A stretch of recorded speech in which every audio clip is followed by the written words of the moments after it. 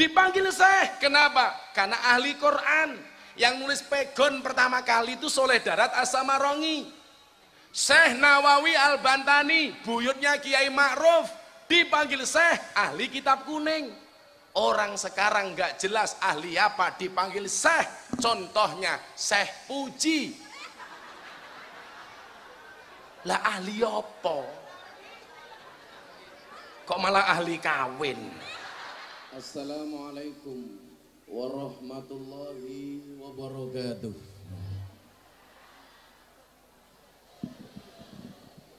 Alhamdulillahi rabbil alamin. Hamdan katsiran thayyiban mubarakan fih ala kulli hal. Wa na'udzu billahi min ahwali ahli dhalal.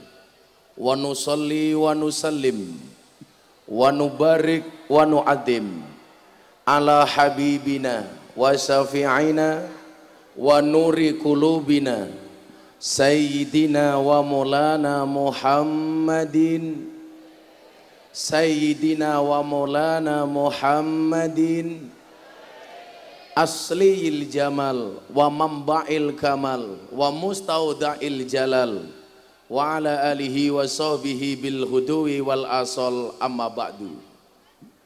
Hadratal muhtaramin, para masyayikh, para alim, para ulama, wabil khusus Suriah PCNO Tuban, Kiai Haji Khalilur Rahman beserta jajaran yang saya takzimi, Bapak Bupati Fathul Huda beserta Ibu.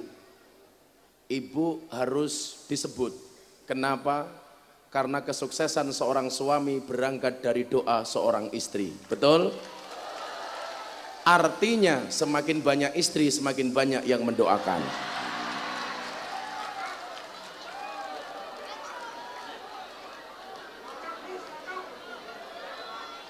Bapak Wagub dan jajaran Forkompinda yang saya hormati beserta Ibu, kaum muslimin wal muslimat, nampak di sini muslimat, ada fatayat. Apa bedanya fatayat dengan muslimat? Kalau fatayat itu baunya parfum, kalau muslimat baunya balsem. Teman-teman sahabat Ansor, Banser, Pagar Nusa, dan kaum muslimin wal muslimat rahimakumullah. Mudah-mudahan dinginnya Tuban hari ini menjadi tameng panasnya api nerakanya Allah Subhanahu wa Ta'ala. Bapak Ibu yang saya muliakan, negara Indonesia adalah satu negara yang sangat terberkati oleh Allah Subhanahu wa Ta'ala.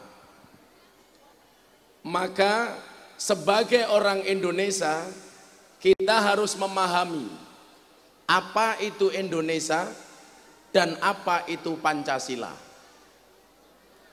Bapak Ibu, selama 8 bulan saya komunikasi dengan sahabat baru kita. Saya tidak pernah ngajak Mas Dedi untuk masuk Islam. Saya tidak pernah berbicara soal Islam dengan Mas Dedi. Tetapi yang kita bicarakan justru arti dan makna pluralisme di tengah-tengah negara kesatuan Republik Indonesia. Saat itu saya diundang di acara Hitam Putih. Saya sebagai bintang tamu. Kebetulan waktu itu saya ngajak salah satu lonte yang tadi dibilang Pak Bupati. Kalau orang Jawa Timur nyebutnya begenggek, membacanya harus pakai ikhfa. Kalau di Jogja lonte lah. Lonte itu kepanjangannya berkelon tele-tele. Saat itu saya ditanya, kenapa ajaran Islam Gus Miftah itu ramah dan menyenangkan?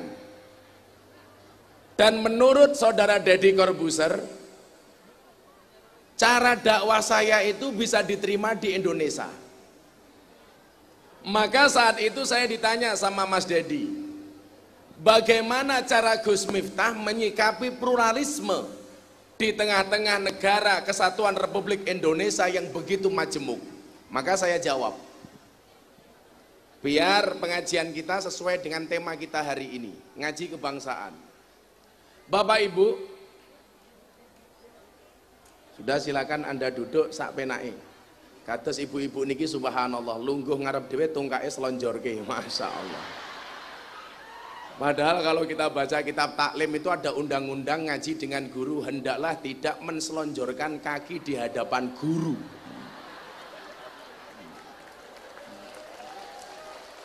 Aku rapopo mung batin apa orang rumangsane tungkae meletek-meletek. Saat itu saya jawab,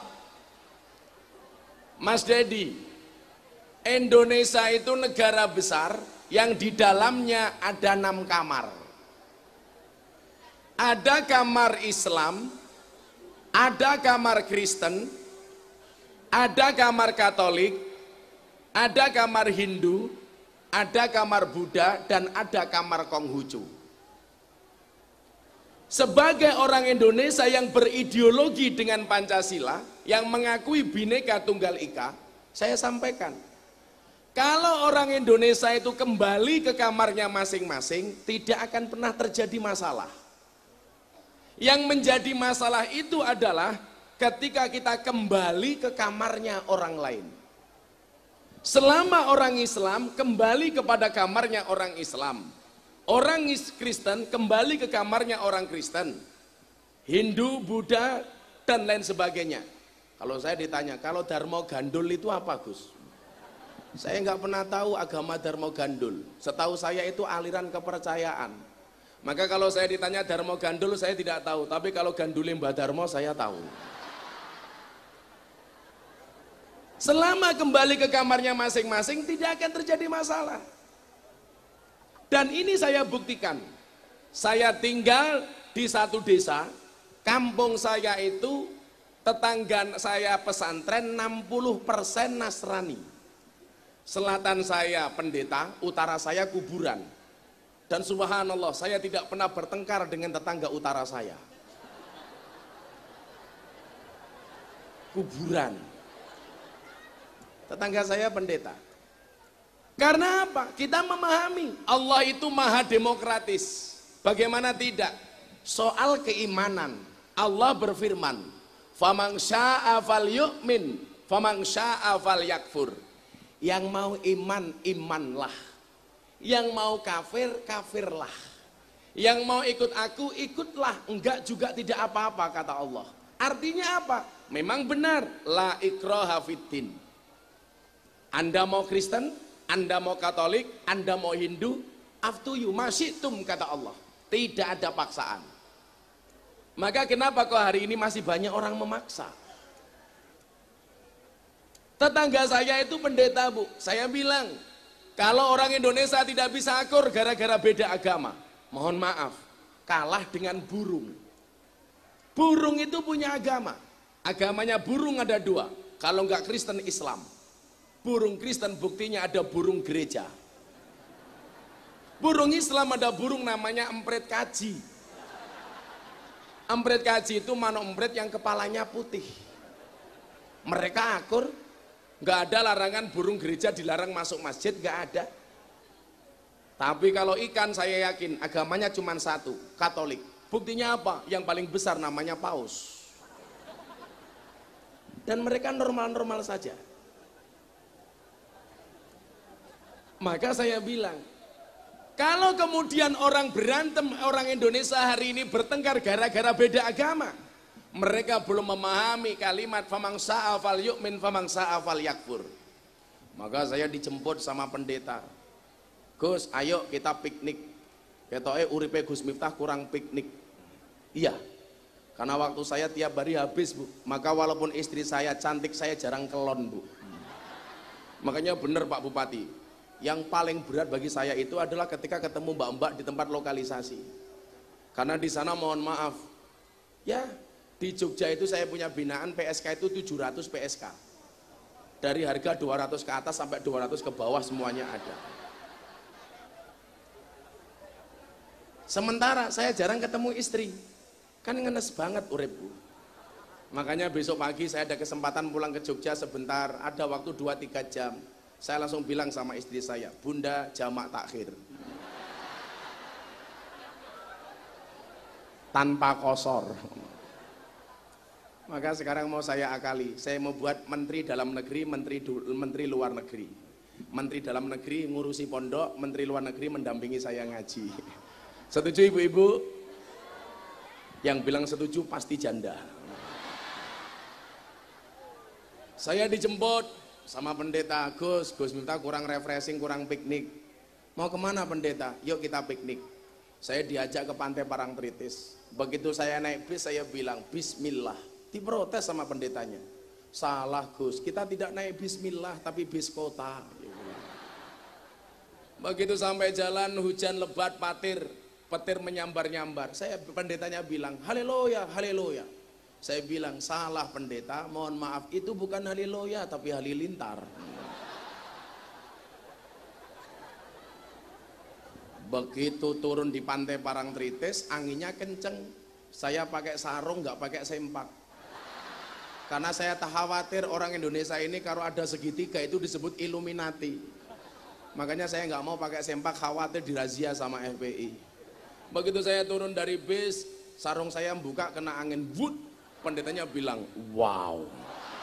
Saya jawab, salah pendeta, ini bukan wow tapi alif. Saya bilang begitu.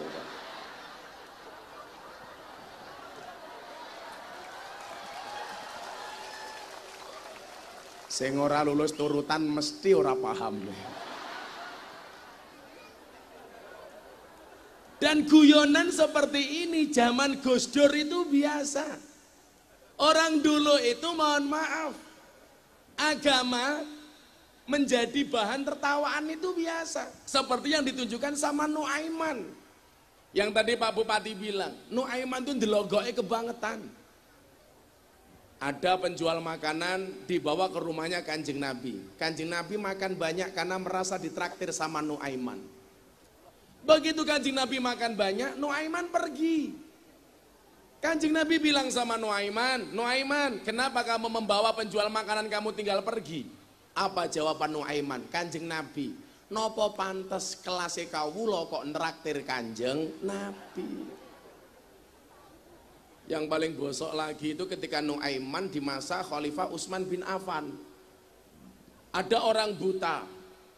Tolong saya diantar ke toilet, yang nganter Nuaiman. Tapi orang buta nggak tahu bahwa ini adalah Nuaiman. Dibawa ke imaman masjid. Akhirnya apa? Si buta ini kencing di imaman masjid.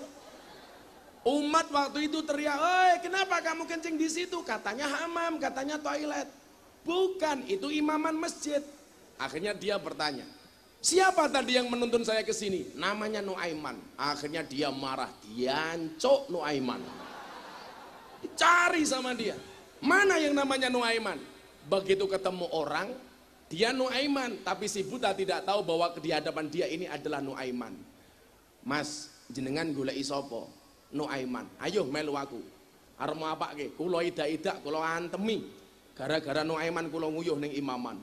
Akhirnya sama Nuaiman dibawa, dituntun. Dibawa kemana? Saat itu Khalifah Utsman bin Affan sedang sholat, sedang sujud. Nuaiman mengatakan apa? Kalau kamu pengen tahu Nuaiman, ini loh orangnya. Diinjak-injak kepalanya sama Nuaiman.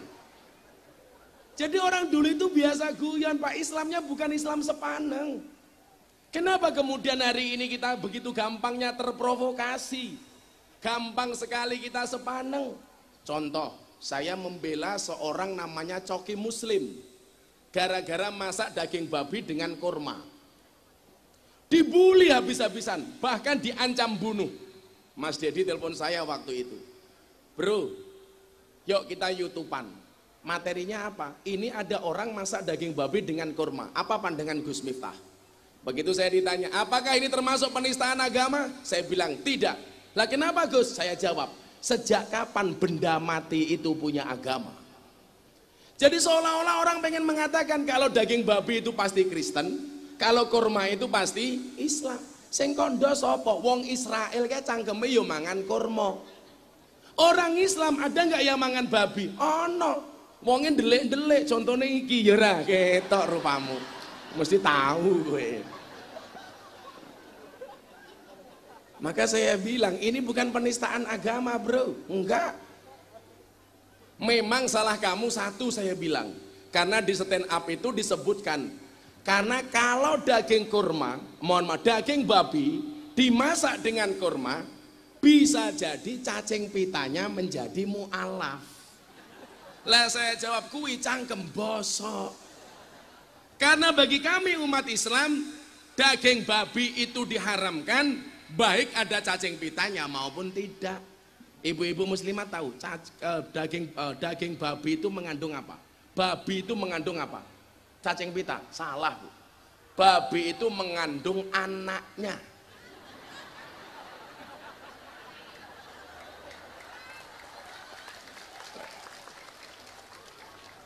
Dalam konteks iman, Allah mengatakan, "Faman sa'afal yu'min, faman sa'afal yakfur."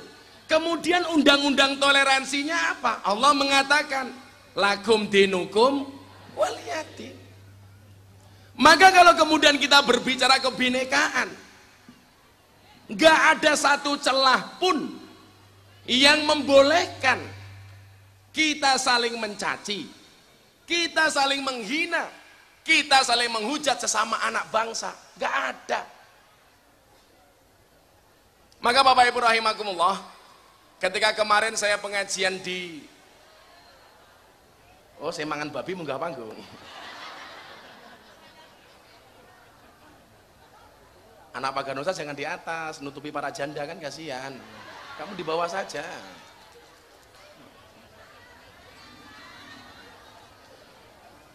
Nah, kamu jangan nutupi karena mereka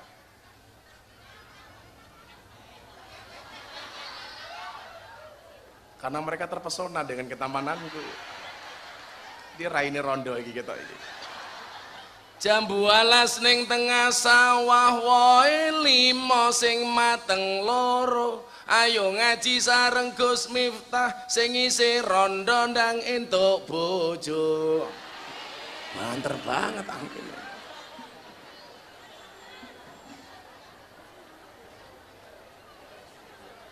Begitu saya pulang dari Korea Selatan, saya jadi ingat satu ayat di dalam surat Yasin yang Allah mengatakan apa? Al yauma nakhtimu ala afwahihim wa tukallimuna aydihim wa tashhadu arjuluhum bima kanu yaksibun. Saya waktu itu mikir, Pak Bupati, kenapa mulut dikunci yang berbicara tangan? Ternyata jawabannya sekarang, Pak. Banyak orang menghujat, menghina, mencaci, mencela dengan menggunakan jarinya, dengan menggunakan tangannya, dengan menggunakan jempolnya. Wasilahnya apa? Facebook, Instagram, media sosial, dan lain sebagainya. Dan ungkapan-ungkapan kebencian seperti ini hari ini banyak yang bernada agama. Iki rondone kok kemayu banget iki ngopo to? Rondo nih. Kamu jangan naksir aku. Kan kamu udah tua. Kalau aku nikah sama kamu, aku bisa mati duluan. Kan aku bisa keracunan. Susu kadaluarsa.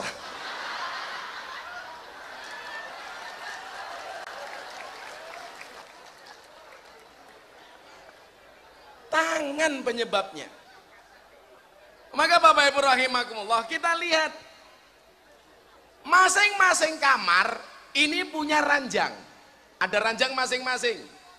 Kamar Islam ada ranjangnya Nahdlatul Ulama. Kamar Islam ada ranjangnya Muhammadiyah. Ada Al-Wasliyah. Barangkali ada LDII dan lain sebagainya. Demikian juga di kamarnya orang lain.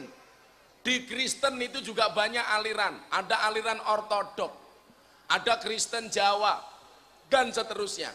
Maka saya sampaikan, selama kita kembali ke ranjangnya masing-masing, pasti tidak akan terjadi masalah.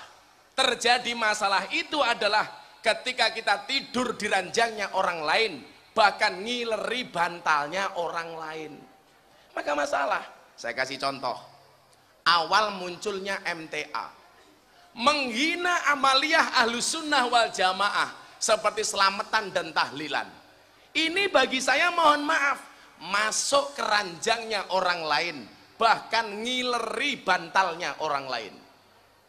Akhirnya satu saat saya ketemu sama orang MTA. Kenapa Anda mengatakan tahlilan itu haram, bid'ah, sesat, neraka? Yang dijadikan dasar apa Pak? Salah satu ayat di dalam surat At-Taubah. Wala tusolli ala ahadim minhum mata abadan. Wala takum ala qabri. Dan janganlah sekali-kali kamu Muhammad mensolatkan, mendoakan orang yang mati salah satu di antara mereka. Dan janganlah kamu berdiri di atas makamnya. Ini saya heran. Apa mereka tidak belajar asbabun nuzul? Turunnya ayat ini adalah ketika Allah menegur Nabi Muhammad SAW ketika akan mensolatkan jenazah Abdullah bin Ubay. Siapa Abdullah bin Ubay? Tokoh paling besar di kota Madinah. Padahal namanya Abdullah, dia bukan orang Islam, dia orang kafir. Maka kemarin ketika Dedi ditanya sama wartawan, Mas Dedi mau ganti nama apa enggak? Dedi tanya sama saya, Gus, apakah ada kewajiban orang masuk Islam ganti nama? Saya jawab tidak. Saya boleh pakai nama asli saya? Boleh. Enggak harus ganti nama? Enggak. Atau kalau kamu mau ganti nama saya ganti. Namanya siapa Gus? Habib Rizik. Malah mudar kok ya aku.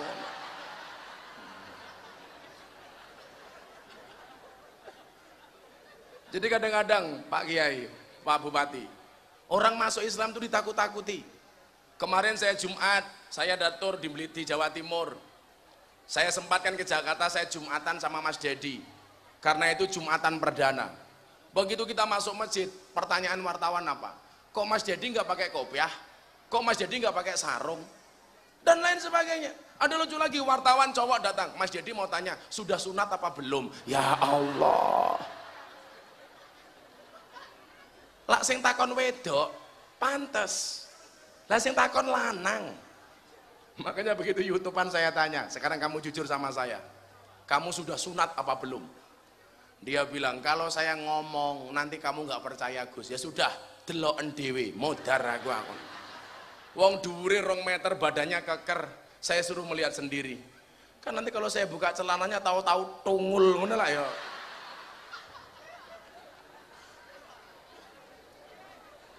Abdullah bin Ubay itu tokoh kafir. Begitu Kanjeng Nabi Muhammad SAW datang ke kota Madinah, ketokohan Abdullah bin Ubay ini luntur. Kenapa? Karena semua mengidolakan Kanjeng Nabi Muhammad SAW. Akhirnya apa Bu? Abdullah marah. Dia keliling kota Madinah dengan mengatakan apa? Samin kalbak yakulka. Gemukkanlah anjingmu, maka anjingmu akan memakanmu. Kanjeng Nabi itu pernah dibilang asu sama Abdullah bin Ubay. Dan Kanjeng Nabi nggak marah. Itulah alasan kenapa Gus Miftah tidak marah ketika dibilang Gus Telek oleh Dus Nur. Saya nggak marah. Miftah itu Gus Telek. Saya dipancing. Apakah saya marah? Enggak. Kenapa Gus Miftah nggak marah dibilang Gus Telek? Saya gampang menjawabnya. Sesuatu yang keluar dari mulut seseorang menggambarkan isi otaknya. Artinya apa? Orang yang ngomong saya Gus Telek ya lumrah wong uteke kebak telek. Maka saya nggak marah. Untuk apa saya ngelayani seperti itu? Wong dia membaca ayat saja salah kok. Allah Subhanahu wa taala berfirman di dalam surat Al-Isra ayat 176. Lah goblok banget toh kuwi. Al-Isra itu ayatnya hanya 111. Kok yang dibaca 176? Masa kayak ngono kok tak layani? Aku NU asli, sana bukan orang NU. Maka kalau dia mengatakan saya hari ini menyatakan keluar dari NU, aku yang guyu meneh. Lah wong mlebu rong tahu kok metu. Kudune mlebu dhisik nembe metu. Urung mlebu kok wis metu, jenenge ejakulasi dini. Kan goblok. Untuk apa saya layani? Kalau saya asli NU Pak Surya, saya dapat jabatan di PBNU apa? Wakil Ketua Lembaga Dakwah Nahdlatul Ulama Pusat. Saya asli NU, saya punya kartanu. Ngapain saya ngurusi orang yang sok-sok NU? Begitu pemilu selesai, guayane mubahalah. Sumpah mubahalah. Quran 15 ditaruh di atas kepalanya. Dia mengatakan apa? Saya bersumpah kalau KPU curang, pemerintah curang, londe curang. Saya bilang mubahalah itu ada syarat dan rukunnya. Kalau bengok-bengok sendiri di bawah Al-Quran itu namanya bukan mubahalah, tapi sumpah debus. Orang cari-cari masalah. Maka ketika saya dibilang Gus Telek, saya tidak marah, Bu. Untuk apa? Enggak saya layani. Kenapa? Karena Kanjeng Nabi pernah dibilang anjing dan Kanjeng Nabi tidak marah. Didoakan sama Rasulullah, ya Allah berikanlah hidayah kepada Abdullah bin Ubay. Apakah berhasil? Enggak. Tetapi anaknya Abdullah bin Ubay akhirnya masuk ke dalam agama Islam. Ini saya contoh, dakwah itu mengajari bukan menghakimi. Kalau dakwah itu menghakimi, kiai itu partnernya bukan Jibril tapi Israel. Kalau saya hanya menghakimi, saya nggak akan datang ke tempat prostitusi. Karena menakutkan, Bu. Saya masuk lokalisasi sejak umur 19 tahun. Saya bilang sama Pak Said Agil ketika di PBNU, kalau Gus Helmi sekjen PBNU saya ajak gimana Pak Said? Apa beliau bilang? Pak Kiai, aja Gus, nanti lah sekjennya melu ora bakal balik meneh. Karena berat, Bu. Saya pulang dari tempat prostitusi, mbak-mbaknya habis selesai mandi cuman pakai anduk tok. Saya diampir ke monggo Gus pinara. Ya Allah, kan saya andilau antara dilema dan galau. Gue mampir diperkosa, orang diperkosa wae mapan. Ibu tahu pegenggek PSK Lonte itu pekerjaannya apa?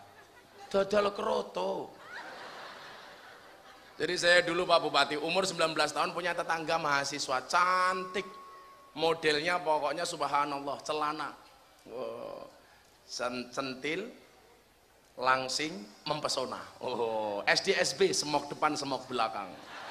Kalau ibu-ibu ini STN kalah, setengah tua yang kewer-kewer, ada kan? Badannya bagus, bajunya bagus, HP-nya baru. Saya tanya, kamu anaknya orang kaya? Enggak. Bapakmu pejabat? Enggak. Bapakmu pengusaha? Enggak. Kok tiap hari baju kamu ganti? Iya Gus, kan saya jualan. Saya tanya, kamu jualan apa Dok? Saya jualan kroto. Saya mikir jualan kroto kok bisa kaya.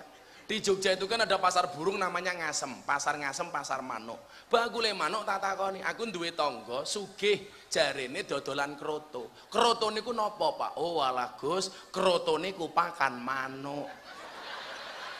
Dadi mbake iki iso sugih mergo dodol pakan manuk.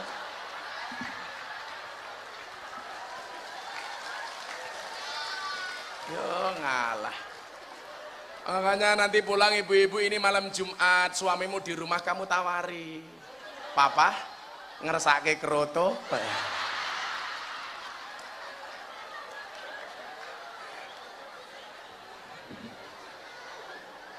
Nanti Pak Wabub pulang, mumpung pakai sarung, langsung istrinya dicari, kroto, rampung.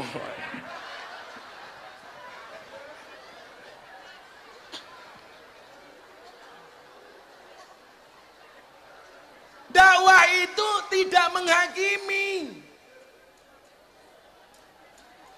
Kalau dakwah menghakimi, partnernya kiai itu bukan Jibril tapi Israel.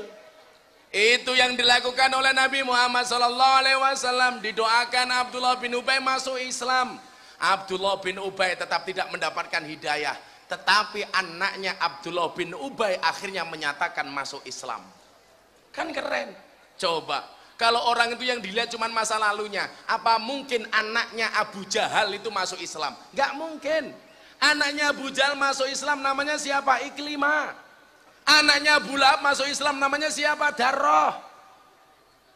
Coba, sampai teman-temannya Darroh ini bilang, bapakmu itu kafir binasil Quran, kamu nggak mungkin selamat. Akhirnya wadul dengan Kanjeng Nabi.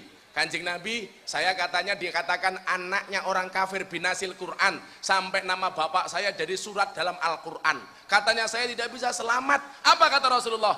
Apakah kalian tega menyakiti, membuat malu keponakanku di hadapanku? Maka orang-orang Madinah saat itu toleran. Bentuknya apa? Setiap sholat berjamaah, makmumnya ada Darroh, imamnya nggak berani membaca surat Tabat Yada. Ini kan toleran.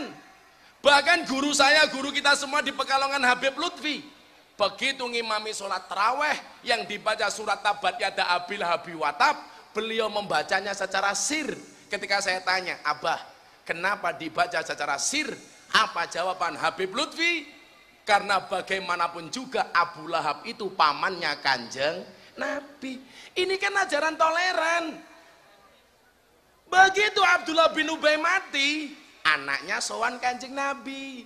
Kanjeng Nabi, bapak kula mati, mau nggak Anda layat? Oke, saya datang. Kanjeng Nabi datang layat kepada musuhnya, orang yang memusuhi Kanjeng Nabi. Orang-orang Madinah saat itu tertegun. Wow, luar biasa sekali si Muhammad. Begitu sampai rumahnya Abdullah bin Ubay, anaknya matur, Kanjeng Nabi, mau nggak engkau memberikan syafaat kepada bapak saya? Tolong ludahi bapak saya. Diludahi sama Kanjeng Nabi. Cuh. Maka bapak ibu mohon maaf, kalau anda hari ini bawa air putih Pak Kiai tolong didoakan, itu ada asbabul wurudnya. Maka saya pernah tersinggung dengan Khalid Basalamah ketika dia mengatakan air putih yang didoakan oleh Kiai itu tidak ada dalilnya. Rebutan minuman punya Kiai itu tidak ada dalilnya. Saat itu saya tersinggung. Kenapa? Karena yang jadi video klip itu adalah Mbah Maimun Zubair. Maka saya bilang, saudara Khalid Basalamah, silakan ketemu dengan saya. Kita diskusi, apakah air putih yang didoakan oleh Kiai, rebutan bekas minum Kiai, itu ada dasarnya. Sampai hari ini tidak ada jawaban. Karena ada dasarnya, Bu. Apakah berhenti sampai di situ? Tidak. Anaknya Abdullah matur, Kanjeng Nabi, boleh nggak saya minta jubahnya? Untuk apa, Nak? Untuk kain kafan bapak saya. Mikirnya anaknya Abdullah bin Ubay, kalau bapaknya digunakan kain kafan jubahnya Kanjeng Nabi, nggak akan ditanya oleh malaikat munkar nakir. Begitu masuk liang kubur, wow, jubahnya Kanjeng Nabi. Makanya kalau ibu-ibu muslimat besok pengen mati tidak ditanya sama munkar nakir, gampang. Kain kafannya warnanya hijau. Pasti nggak ditanya, kenapa? Dikira lontong.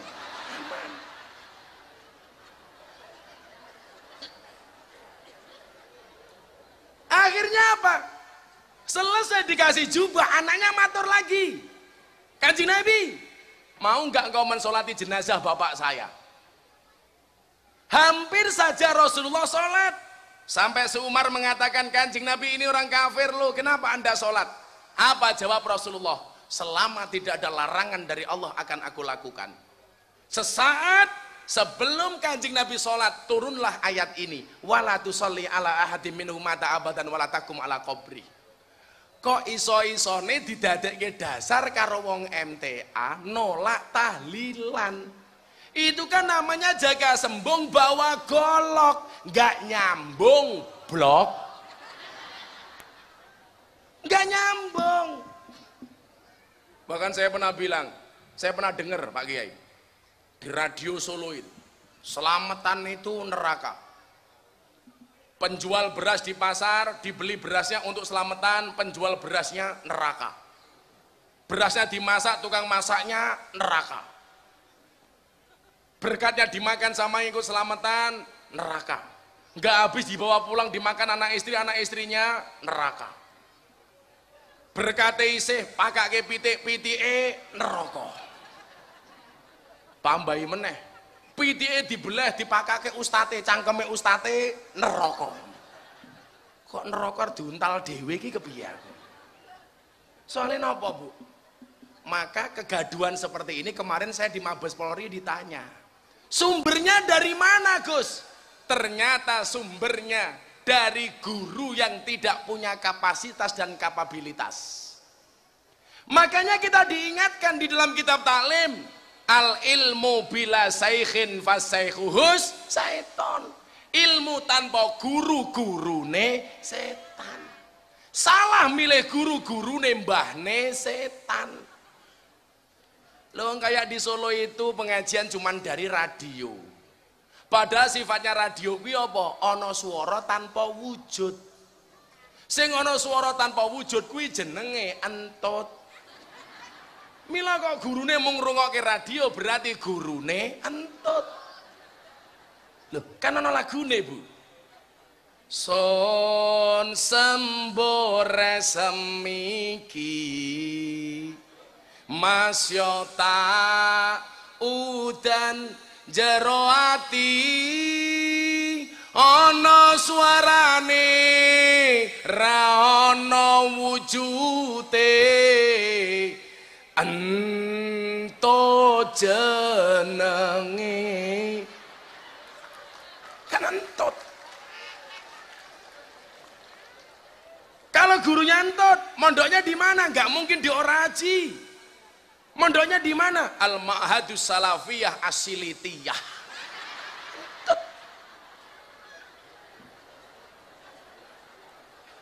Makanya sifatnya entut itu fitnah.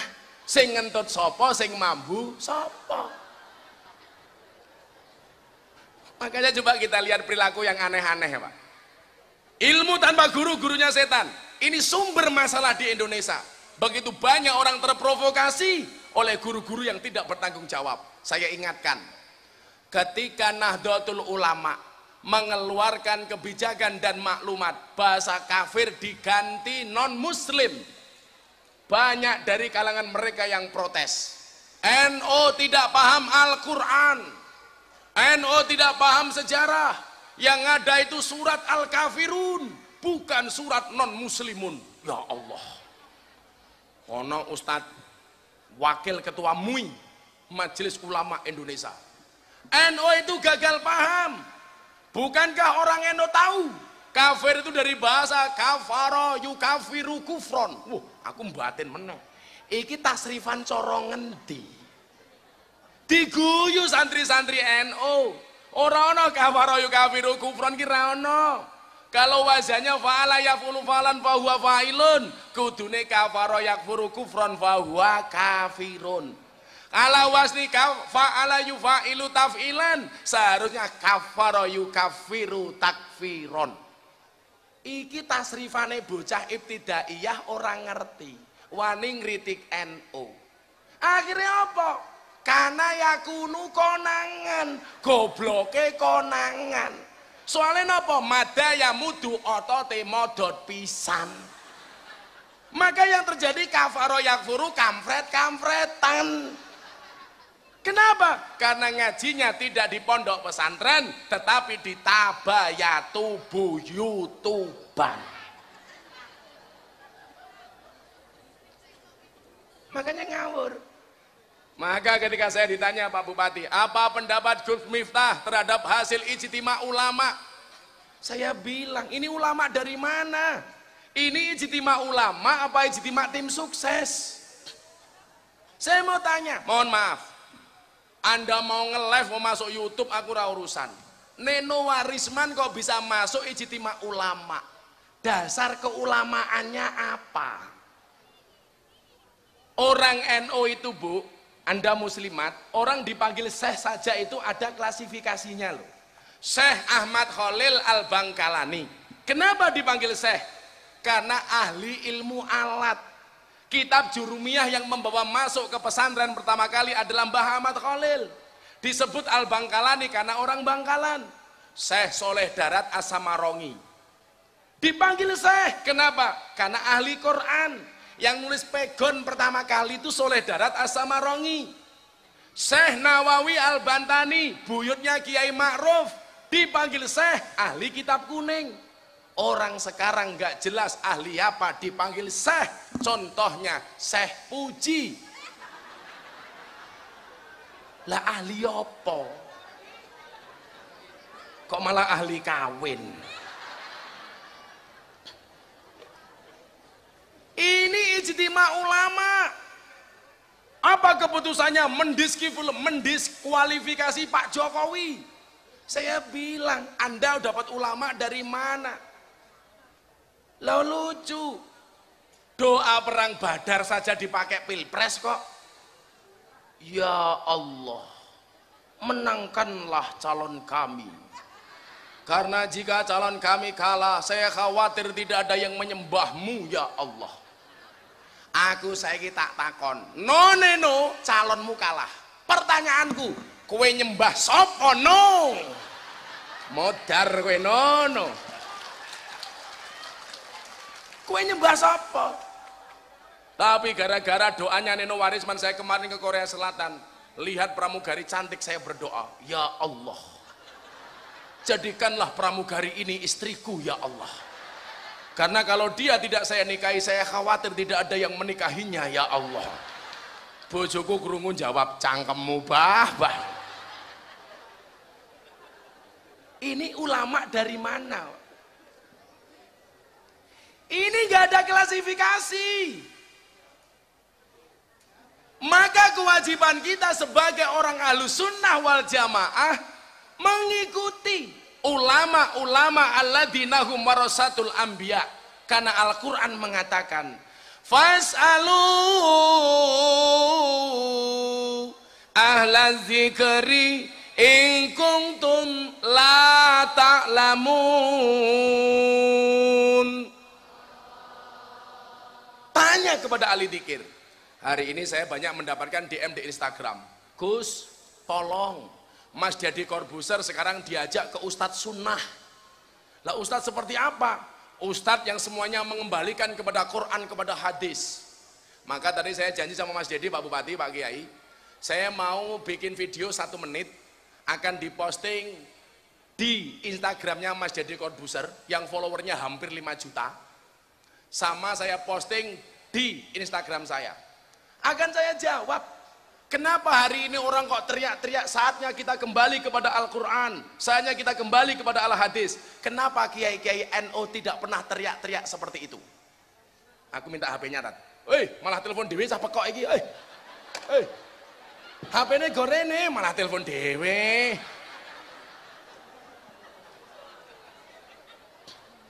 Kamu ambil 1 menit, mau diposting sama Mas Deddy Corbuzier.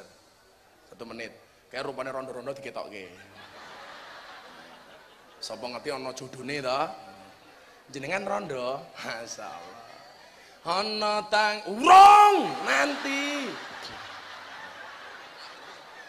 Ana tangis kelayung-layung tangise rondo, atine bingung. Nangis saben bengi turu dhewe, ra ana sing ngancani.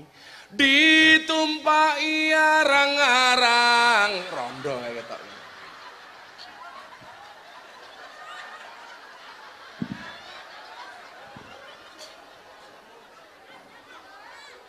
Ayo.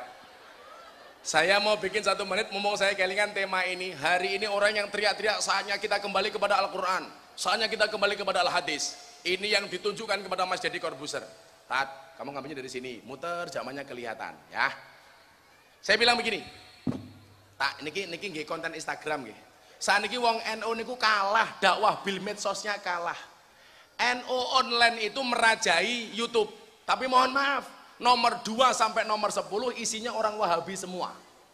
Makanya anak-anak NU, IPPNU, sahabat Ansor, dakwahlah bil medsos. Kalau kamu harus follow akun, ikutlah akun-akun kiai. Lah sing mau follow akun ini kita Mirzani, yo ngalah. Tinggo apa to dul. Jijiki. Duwe Facebook ramoto. Bulan poso tabung gas 3 kg di foto, cekrek, posting di Facebook. Siang-siang begini lihat tabung gas, rasa lihat kelapa muda. Ya Allah, motone apa katarak. Makanya saya ajari bermedsos warganya Pak Fatul Huda ini. Karena ternyata apa? Orang Belanda itu ngundang saya ngaji hanya gara-gara lihat 1 menit video saya di tempat hiburan malam. Coba. Mereka mengatakan apa? Pandangan Islam pandangan kami terhadap Islam berubah. Yang tadinya menurut kami Islam itu keras, ternyata Islam itu menyenangkan. Hanya gara-gara nonton video 1 menit. Anak yang ngono wis tuwek duwe Facebook mau nggih apa to, Bu? Mohon izin Pak Bupati ya, nanti mau diposting di akun Instagramnya Mas Dedi sama saya posting sendiri. Ya.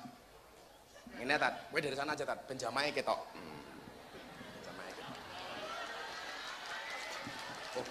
Engko muter rene nganti mumet ndasku gitu. Ora apa-apa, engko muter gak apa-apa. Kamu muter aku ikut kamu. Ya. Assalamualaikum warahmatullahi wabarakatuh. Hari ini banyak yang DM saya. Gus, waktunya Mas Deddy Corbuzier diajak kepada ustadz-ustadz yang ahlu sunnah, kepada ustadz-ustadz yang nyunah, yang semuanya mengembalikan kepada Al-Quran dan Al-Hadis. Mohon maaf, saya memang bukan ahli Quran, saya memang bukan ahli hadis, tetapi selama ini Mas Deddy insya Allah belajar Al-Quran, belajar agama tetap berdasarkan Quran dan hadis. Kalau saya ditanya kenapa Gus Miftah nggak pernah teriak-teriak kembali kepada Al-Quran, kembali kepada Al-Hadis, saya bilang orang-orang yang teriak-teriak kembali kepada Al-Quran, kembali kepada Al-Hadis, kenapa? Wajar, karena selama ini mereka meninggalkan Quran, meninggalkan hadis. Lah kenapa orang NU tidak pernah teriak-teriak kembali kepada Al-Quran, kembali kepada Al-Hadis? Karena kiai-kiai NU tidak pernah meninggalkan Quran, tidak pernah meninggalkan hadis. Shallu ala Nabi Muhammad. Mang delok, mengki lak geger Pak Bupati. Engko kula langsung dicerang kali tiang RCTI, rombongan celana tinggi Indonesia. Serapopo. Nggih napa mboten? Karena memang seperti inilah dakwah. Maka kalau sumbernya salah, ya salah. Seminggu sebelum Mas Deddy masuk Islam, dia telepon saya, Gus, tolong saya dituntun membaca 2 kalimat syahadat. Saya tanya, untuk apa bro? Saya pengen masuk Islam. Saya jawab, jangan. Loh, kok nggak boleh Gus? Jangan. Kenapa? Jadi orang Islam itu berat, Ferguson, berat. Saya tolak loh Pak. Padahal mohon maaf, begitu banyak ustadz yang minta kepada dia supaya Islamnya dibimbing oleh orang-orang itu, tapi Mas Deddy menolak. Akhirnya begitu dia tanya sama saya, dengan siapa saya harus masuk Islam?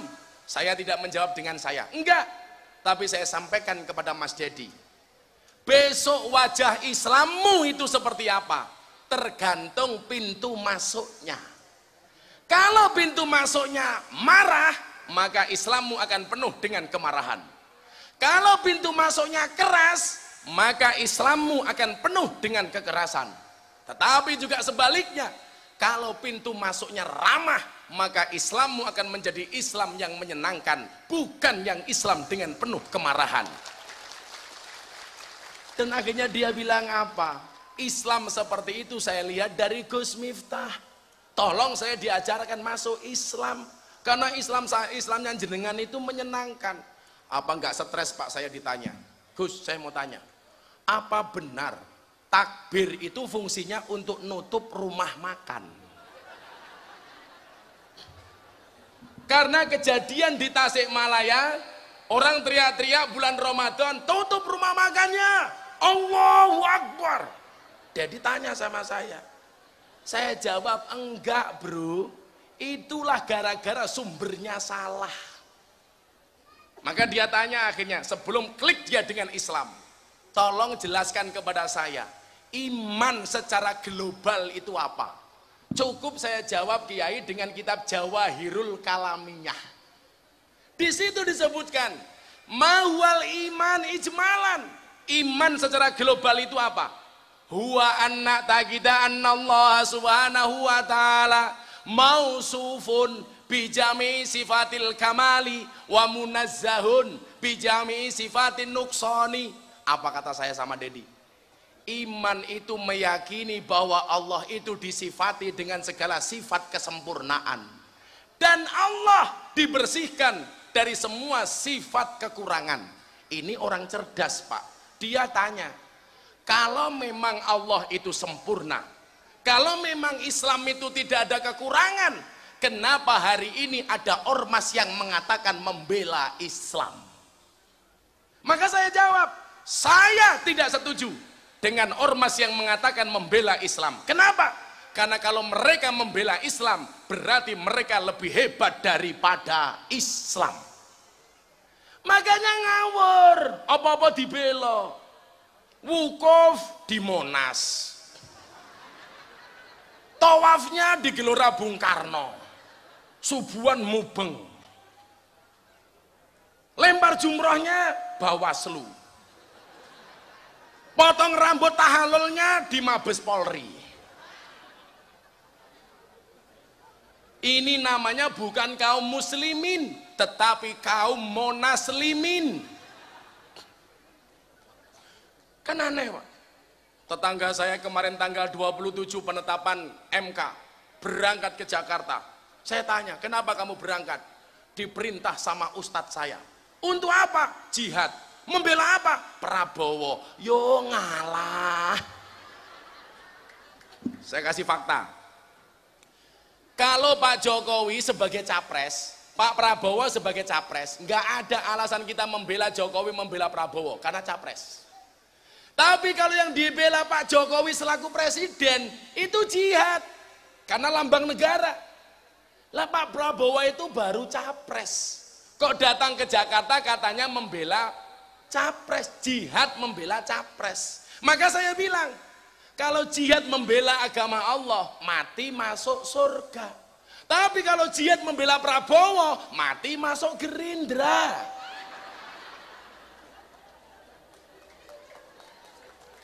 Kan lucu, Bu. Tapi saya angkat topi dengan polisi Indonesia. Bu, polisi ini cik mangan. Wah.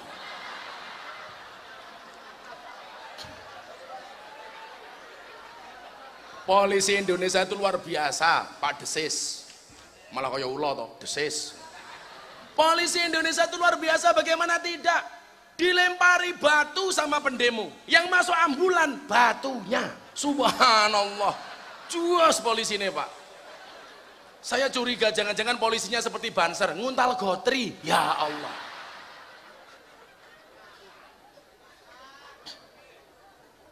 Maka kemudian apa? Sumber ilmunya ini kalau galak, ya Islamnya galak. Saya ditanya, Gus Miftah dapat ilmu dunia malam dari siapa? Saya dengan gampang jawab, dari Kiai Hamim Jazuli, Gusmi. Gusmi dapat ilmu dari siapa? Gusmi punya guru namanya Mbah Dalhar. Mbah Dalhar punya guru siapa? Nabi Khidir. Nabi Khidir itu salah satu gurunya Mbah Dalhar. Ketika Gusmi tabarukan di Pondok Watu Congol, membersihkan sandalnya Mbah Dalhar, satu malam sandalnya Mbah Dalhar double 2 pasang. Dibersihkan semua sama Gusmi. Begitu selesai, ditunggu tamunya tidak keluar. Menjelang subuh tamunya keluar, dikejar. Cuman kelihatan punggungnya tok. Gusmi tanya sama Mbah Dalhar, Mbah Dalhar, wau dalu tamune jenengan sinten? Kok sandale podo kali panjenengan? Apa jawaban Mbah Dalhar? Tamuku tadi malam adalah Nabi Khidir alaihi salam. Kalau mau diurut Pak Fathul Huda, arepe gaya-gayaan. Oke, Nabi Khidir, Mbah Dalhar. Mbah Dalhar punya murid Gusmi. Gusmi punya murid Gus Miftah.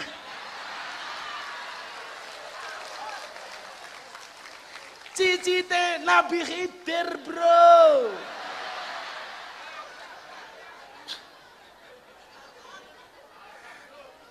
Makanya kalau Abah Lutfi beliau mengatakan apa? Miftah kira sama gagas, bocahku iki bengkel. Bengkel, namanya bengkel ya kadang-kadang bajunya kotor. Itu kan pengajian paling menyenangkan sedunia. Kan ngajinya berpahala, matanya bervitamin. Saya ngaji wayu-wayu bedone kene tuwek-tuwek iki, ya Allah. Ini sumbernya gitu loh. Maka coba kita lihat, karena sumbernya salah, Pak. Begitu gampang orang menghujat pemerintah. Saya ditanya, apakah ada ajaran dalam Al-Quran menghujat pemerintah? Enggak ada. Saya kasih contoh kasus. Khalifah Harun Ar-Rasyid itu kan presiden yang sering salah, Pak. Didatangi sama ulama yang beramar ma'ruf nahi mungkar. Dengan gagahnya dia mengatakan apa kepada Khalifah Harun ar-Rasyid? Wahai presiden, ini nasihun lak, aku mau menasihati kamu. Famusaddidun alaika, tapi mohon maaf, nasihat saya agak keras. Fala tajidanna fi nafsika alayya say'an, tolong kamu jangan marah. Ini kiai bengok-bengok, pokoknya jenggotnya telu, katoknya al kacong, aliran katok congklang. Apa jawaban Harun ar-Rasyid? Innallaha ta'ala qad arsala man huwa khairum minka. Sesungguhnya Allah telah mengutus orang yang lebih baik daripada kamu. Siapa yang dimaksud? Musa dan Harun. Ilaman huwa sarrum minni, kepada orang yang lebih jelek daripada saya. Siapa yang dimaksud? Fir'aun. Apa kata Allah kepada Musa dan Harun? Faqula lahu qaulal layyina. Musa, Harun, berkatalah kamu kepada Fir'aun dengan bahasa yang lembut. Ini mohon maaf, Fir'aun itu ngaku Tuhan, tidak hanya raja. Dia mengatakan ana rabbukumul a'la, aku adalah Tuhanmu yang paling tinggi. Fir'aun ki ampuh li, duwe duit terus ra tau duwe utang, seneng terus ra tau susah. Milo kok ana wong Tuban kok seneng terus ra tau duwe utang, aku curiga jangan-jangan putune Fir'aun. Fir'aun niku nyuwun sewu Bu, kudanan sing pilek mboten irunge, udane. Mangan sambel sing mules mboten wetenge, sambele. Jajal padha kali Fir'aun Indonesia, nabrak tiang listrik sing lara tiang listrike. Ndase mentol sing lara bakpone. Ini saja Musa dan Harun nggak boleh berkata kasar. Maka ibu-ibu nyuwun sewu, kalau anda nggak ngomong kasar sama suaminya, apa rumangsane bojomu ki luwih elek daripada Fir'aun? Ayo tak takon, ning omah jenengan basa mboten kali bojone? Ora mungkin kok jenengan basa. Apa rumangsane bojomu ki luwih kasar daripada Fir'aun? Awakmu ki lucu, karo bojone ora basa, karo bakul bakso basa. Karo bojone Pak ayo mangan, karo bakul bakso Pak kula tumbas.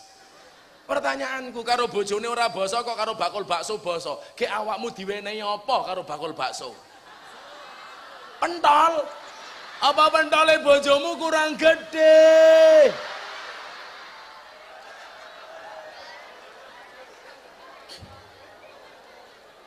Saya mau bertanya, apakah Pak Jokowi itu lebih hina daripada Fir'aun?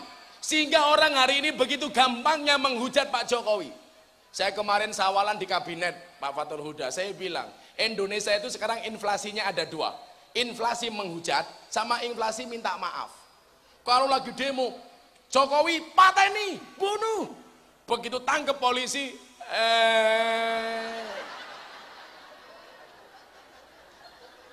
ini kan aneh. Orang sumbut tak kandani, orang sumbut. Apakah Pak Jokowi itu lebih hina daripada Fir'aun? Orang bilang, alah Gus Miftah menyanjung-nyanjung pemerintah nggak pernah mengkritik. Saya sering mengkritik pemerintah. Ada kebijakan pemerintah salah, saya kritik. Tapi ingat, yang dikritik itu kinerjanya, kebijakannya, bukan personalitinya. Maka saya nggak sepakat dengan Gus Nur yang mengatakan apa? Kiai Ma'ruf Amin sudah tua bangka, nanti kalau mati diganti Ahok. Ini omongan nggak ada dasar. Saya kemarin sowan beliau sama Deddy Corbuzier. Saya tanya, Bah, apa Gus? Orang bilang, Abah kan sudah sepuh, nanti kalau Abah mati diganti sama Ahok. Apa tanggapan Abah? Apa jawaban Kiai Ma'ruf Amin? Ya kalau saya yang mati. Kalau yang mati Pak Jokowi, kan saya presiden, modar aku ya, ayo ngopo. Kiai NU dilawan, ora iso.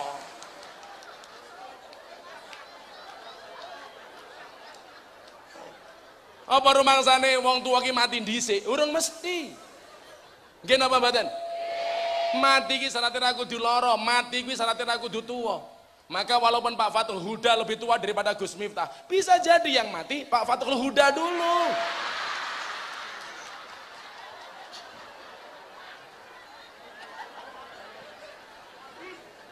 Ya, kita doakan mudah-mudahan Pak Bupati panjang umur. Amin. Artinya orang sedunia mati, Pak Bupati hidup sendiri.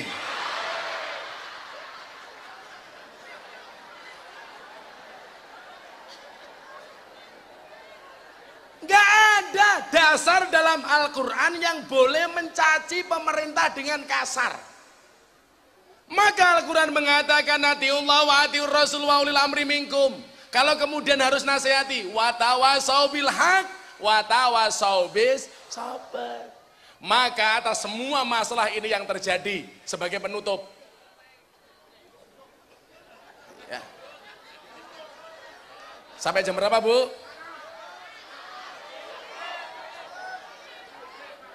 Iki panitiane ya pekok. Aku poso kok disuguh. Kan ngenyek wong poso to iki. Solusinya apa? As-saum. Bangsa Indonesia hari ini yang dibutuhkan adalah as-saum atau asyam. As-saum atau asyam itu maknanya adalah al-imsak. Ayo podo-podo ngempet. Bu, ngempet. Sing menang ora usah sombong, sing kalah ora usah susah, ngempet. Maka saya bilang seharusnya Pak Jokowi segera ketemu Pak Prabowo. Pak Jokowi sudah ngajak, Pak Prabowo belum mau. Seharusnya kan ketemu enak, jok apa wo. Ayo ketemu bareng, ayo. Pak Jokowi ketemu Prabowo, cipika-cipiki, muah. Duduk bareng, Pak Prabowo bilang, selamat Jok, kamu jadi presiden lagi. Pak Jokowi bilang sama Prabowo, nggih Mas Prabowo selamat Anda juara 2, kan selesai. Pak Prabowo bilang sama Jokowi, Pak Jokowi Anda menang, tolong jangan sombong. Nggih Pak Prabowo, karena kalau menang sombong itu namanya jumowo. Ya betul? Pak Jokowi bilang sama Prabowo, Pak Prabowo juga harus bisa menerima, orang kalah itu harus bisa menerima, namanya legowo. Yang jadi masalah itu Pak Jokowi, kalau kalah ngaku menang, namanya Prabowo cangkemmu kuwi ngawur.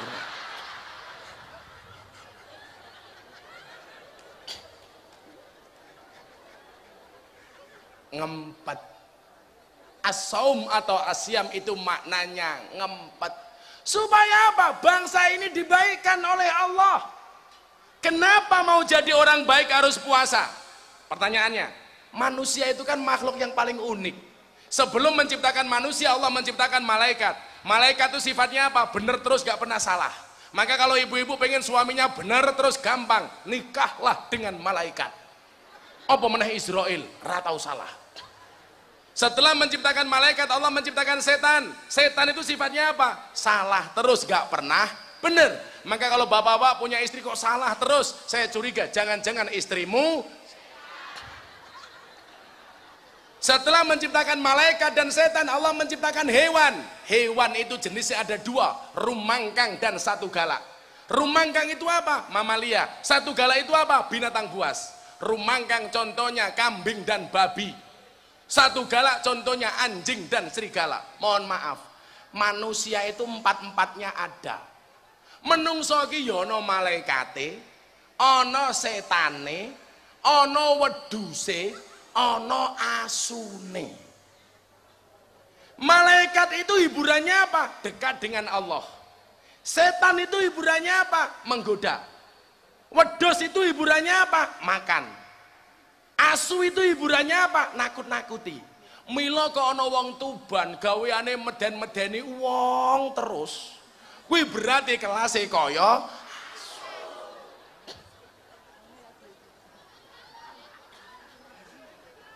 kok ana wong Tuban sing dipikir mung panganan tok.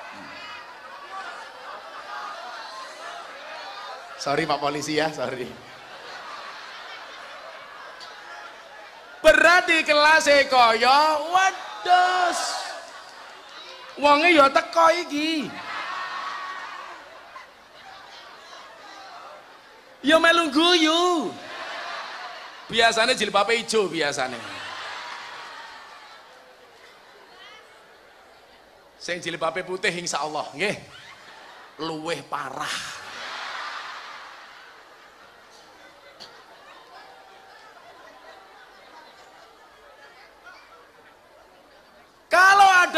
sukanya menggoda orang lain, kita dengan gampang mengatakan setan. Tapi kalau ada orang baik, wah bupati ini apik banget, maka kita dengan gampang mengatakan ini bukan manusia tapi malaikat. Lah 4 makhluk ini mohon maaf, manusia paling sering melakukan yang mana? Sifatnya kambing. Sing dipikir mong panganan tok. Isu, soto, awan, rawon, pengajian, snack, ya Allah. Bengi pecel lele, arepe turu Indomie. Wedus, wedus. Yang paling bagus siapa? Malaikat. Maka bulan Ramadan kita diprogram seperti malaikat. Malaikat itu sifatnya apa? Tidak makan, tidak minum. Kenapa diprogram seperti bukan menjadi? Karena man tasabba biqaumin fahuwa minhum. Lah menjadi malaikat gak enak, Bu. Banyak malaikat yang protes pengen jadi manusia. Kenapa? Malaikat itu monoton. Malaikat itu punya iman gak punya nafsu. Setan itu punya nafsu gak punya iman. Sementara manusia hidupnya asik, punya iman, punya nafsu. Ini yang ditanyakan Pak Bupati ketika saya di Belanda.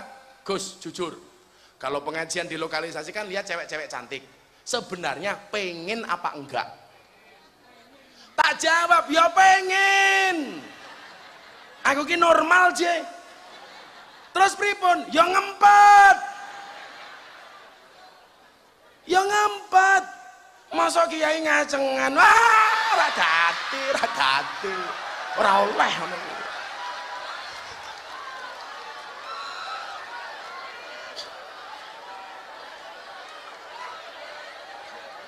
Ora mungkin. Bu Bupati, kalau saya itu ngaji, mbak-mbaknya begini sambil Gus Miftah. Biasa. Dan saya nyantai-nyantai saja. Karena saya tahu kapan pakai iman, kapan pakai nafsu. Iman itu rem, nafsu itu gas. Maka Anda kalau pengen selamat, harus tahu kapan pakai rem, kapan pakai gas. Ketemu bojo ngegas, ketemu lonte ngerem. Aja mau wale, ketemu bojo ngerem, ketemu lonte ngegas. Ya ora dadi uripmu. Makanya yang dibutuhkan bangsa hari ini adalah ngempet supaya bangsa ini menjadi bangsa yang baik. Karena orang itu kalau mau puasa pasti dia sakti. Contohnya apa? Ular. Ular itu mulutnya sakti, dikasih senjata oleh Allah namanya upas. Kenapa? Karena makan sehari puasa 1 bulan. Beda karo wedhus. Wedhus ke cangkeme ora mandi, soalnya sing dipikir mung panganan tok. Mila bapak ibu dicokot ula karo dicokot wedhus, kuwi luwih bahaya dicokot ula. Dicokot wedhus paling mung dekok tok. Bekas untu. Cokot ulo, pitik sembur ulo, pitike mati. Wedhus sembur ulo, wedhuse mati. Ibu-ibu muslimat disembur ulo, kaget.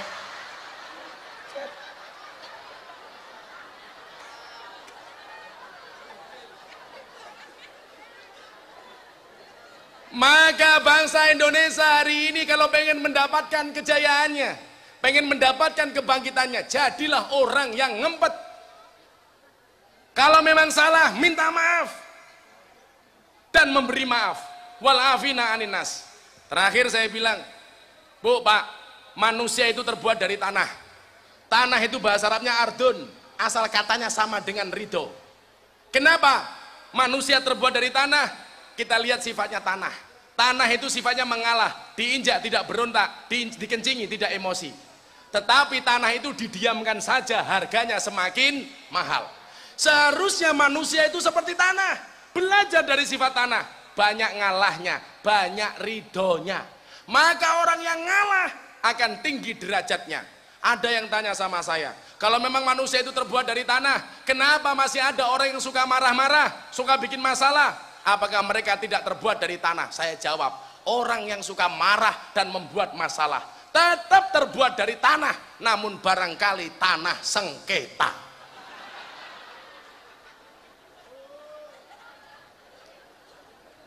Maka kalau ini semuanya kita pahami, Insya Allah Allah Subhanahu wa Ta'ala akan meninggikan derajat bangsa Indonesia. Amin Allahumma. Kita tutup dengan sholawat hasbi robbi jallallah ma fi qalbi ghairullah Nur Muhammad sallallahu la ilaha illallah. Semuanya berdiri. Shallu ala Nabi Muhammad. Jangan pulang dulu sebelum kita membaca sholawat ini.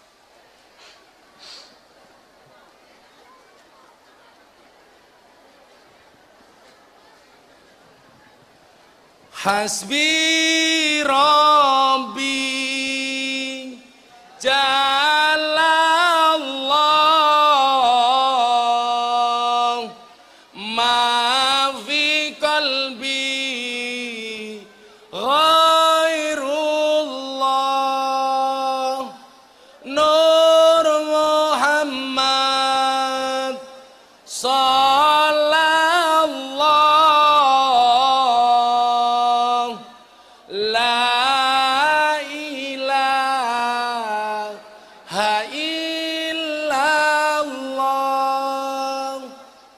Hasbi Rabbi Jallallah ma fi qalbi ghairullah.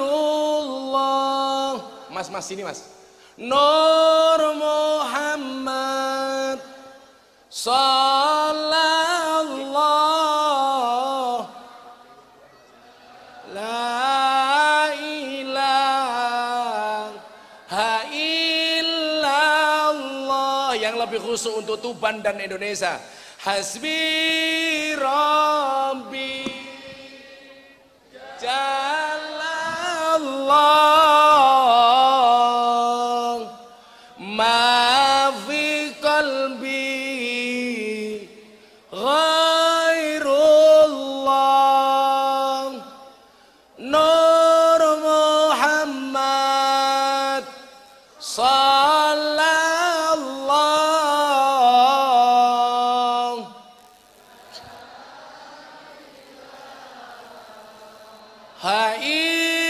illallah. Sekali lagi. Hasbi Rabbi Jallallah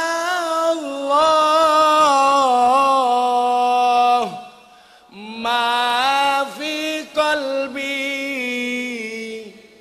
ghairullah Nur Muhammad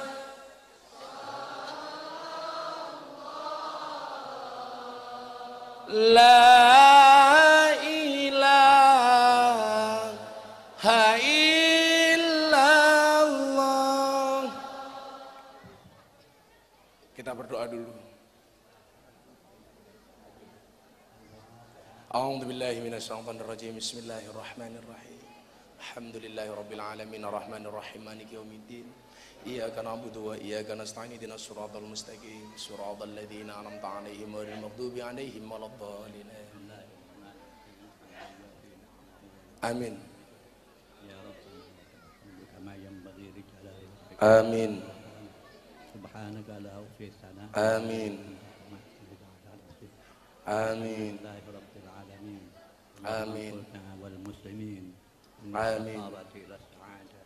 من النار إلى الجنة ومن العذاب إلى الرحمة آمين يا ومن الله. الذنوب إلى المغفرة آمين. ومن الإساءة إلى الإحسان آمين. ومن الخوف إلى الأمان آمين. ومن الفقر إلى الغنى آمين. ومن الذل إلى العز آمين يا ومن الله. الإهانة إلى الكرامة آمين. ومن الضيق إلى السعة آمين يا ومن الشر الله. إلى الخير آمين. ومن العسر إلى اليسر آمين. ومن الإدبار إلى الإقبال آمين. ومن السقم إلى الصحة آمين. ومن السخط إلى الرضا آمين. ومن الغفلة إلى العبادة آمين يا ومن الله. الفترة إلى الاجتهاد آمين.